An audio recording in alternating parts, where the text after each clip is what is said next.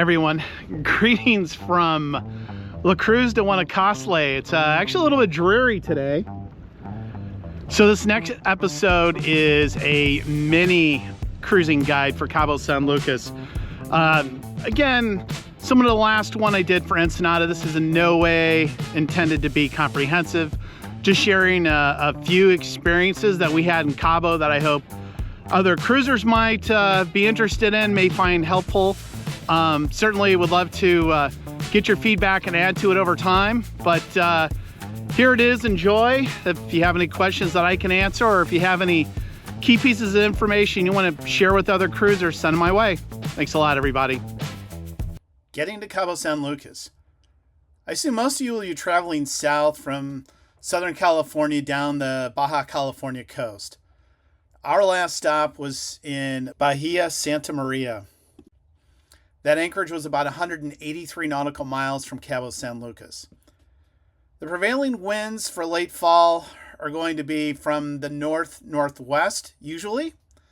If you're as lucky as we are on our last passage, you may get some offshore winds coming out of the northeast.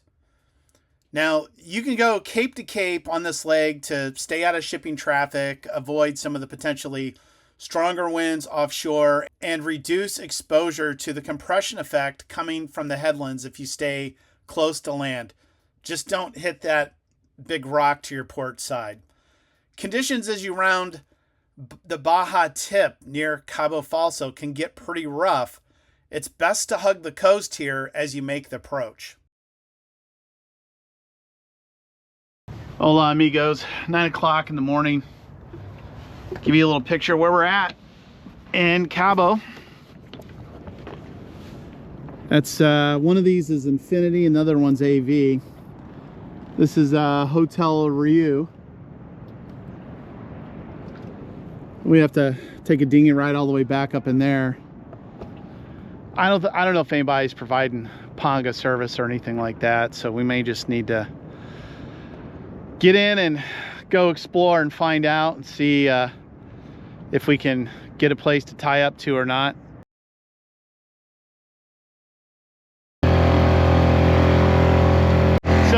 So the yacht AV behind us here, those guys last night, we were rolling in and they're like, holy shit, that's keel dragger. All right, so we just got the lowdown on getting a shore boat. We just pulled in on this guy and he's like, told us who to call when we're ready. $10 each way per person. Look at this view, all the traffic.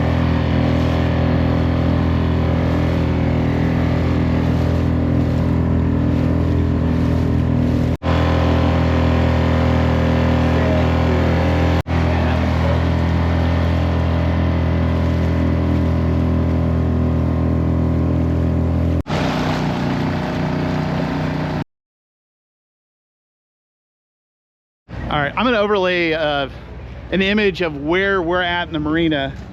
This dock here is right next to the launch ramp and haul out, and it's $3 a day and you get it all day here, and you can come and go as you please up until 9 p.m. When do they start? 7 to 9. 7 to 9. But it's basically all the way back to the opposite end from the entrance. I'm glad we went here instead of the fuel dock. Yeah. Now, the Cabo Yacht Center is a boatyard right at the dinghy dock. So if you need anything major like a haul out, you can go there.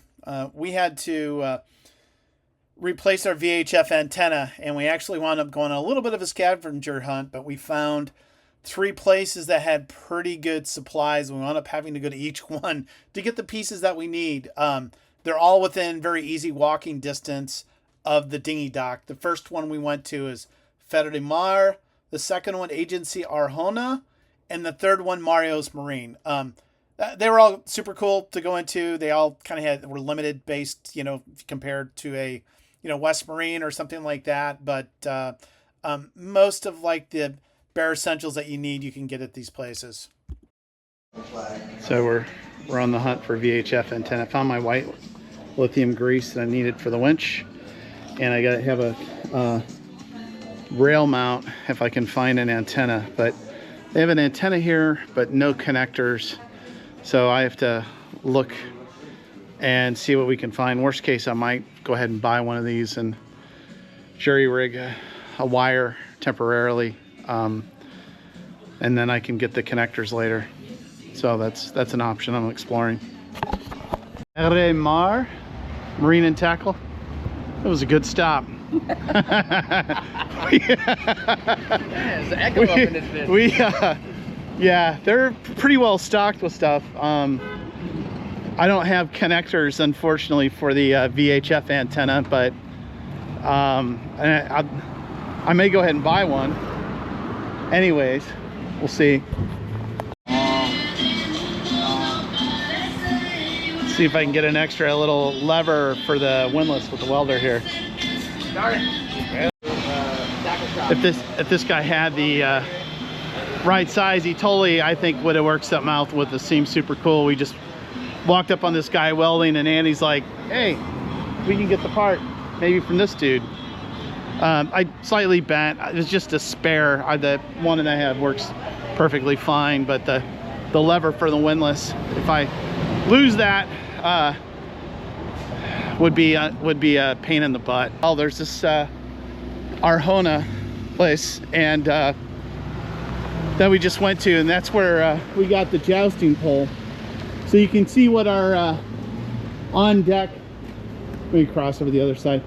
You see what our on deck VHF antenna situation is going to look like.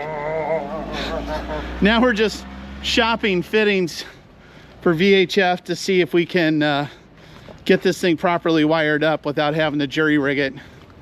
All right, Mario's Marine. This was our third stop, and I think we have the fittings, all the fittings that we need to run the this antenna.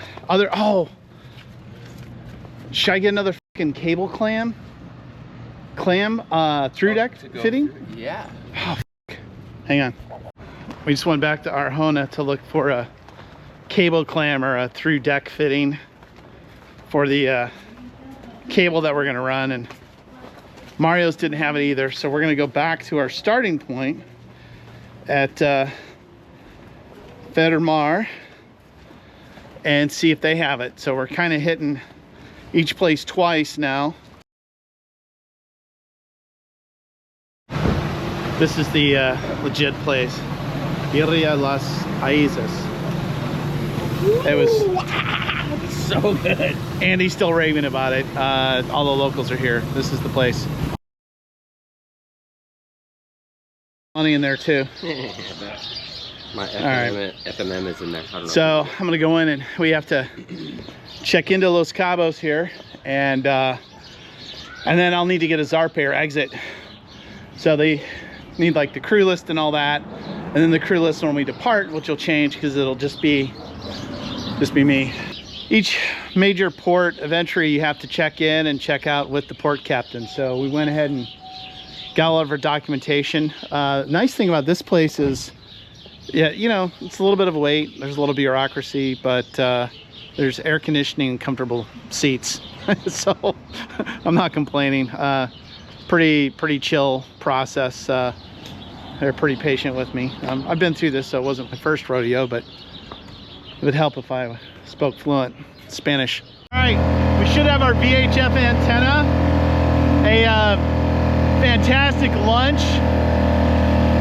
and we got our entry and Zarpe papers at the port captain, and we got ripped off for the most expensive ice cream cone I've ever had in my life. $9 per cone. She said $18 for 2 single scoop cones. We just paid $15 for that lovely lunch.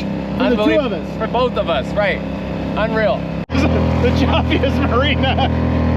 Look at this shit. The seas are confused. Look at all these boats coming at us, man. The seas are confused. No, wait, we're in the marina still. Yeah, we need to get offshore just to get some calm water. Look at how many people are on these charter sailboats, dude. Look at this one coming in. Unreal. Oh my God, look at that.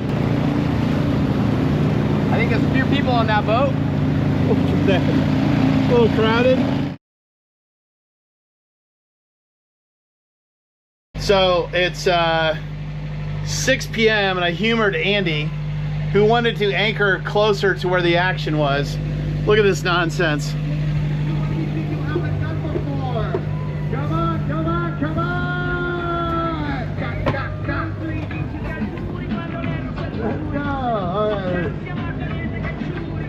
So we had a nice, we were out kind of in nowhere land and had a nice kind of place to hang out, but it was a ways in from the harbor. Now we're just like center of the action. So this is where he wanted to be, and I'm like, screw it, I'm good with it. I mean, we're in Cabo, so what are you gonna do? Andy's putting on the snubber on the anchor. We're dug in already. So it's 20 after 9. See how quiet this is?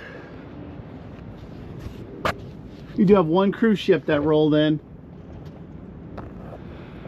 Let's check back in a couple of hours or so here and see what kind of mess we have. We went to Lavanderia San Lucas. It's about 2 blocks to the east on the same street as Fermar. They have a wash and fold service, as most of these places do. For about $8, you can get a load of laundry cleaned, dried, and folded and bagged for you. Back again, trying to walk on terra firma. So we're going to the Lavanderia to get some laundry done, and all these big mesh bags, kind of pretty nice for the laundry stuff. Only concern is if the boat got swamped. I have a bag full of salty. So we'll see if they put the laundry in plastic bags or not, or give us back our mesh bag. Not that I want to use plastic. You have a couple of great options for major provisioning and groceries just north of the harbor, both a Chedraui as well as a Walmart Supercenter. Both are super easy walking distance away. You can get pretty much all the groceries that you need there. All right, so we're at the Chedraui grocery store, supermarket. We got more junk food to get us to La Cruz to Guanacaste. Finding it's a little better than California prices here, but expensive by Mexican prices. But it's a pretty nice place. They got a pretty good selection. Other than jelly for peanut butter and jelly sandwiches. We're looking.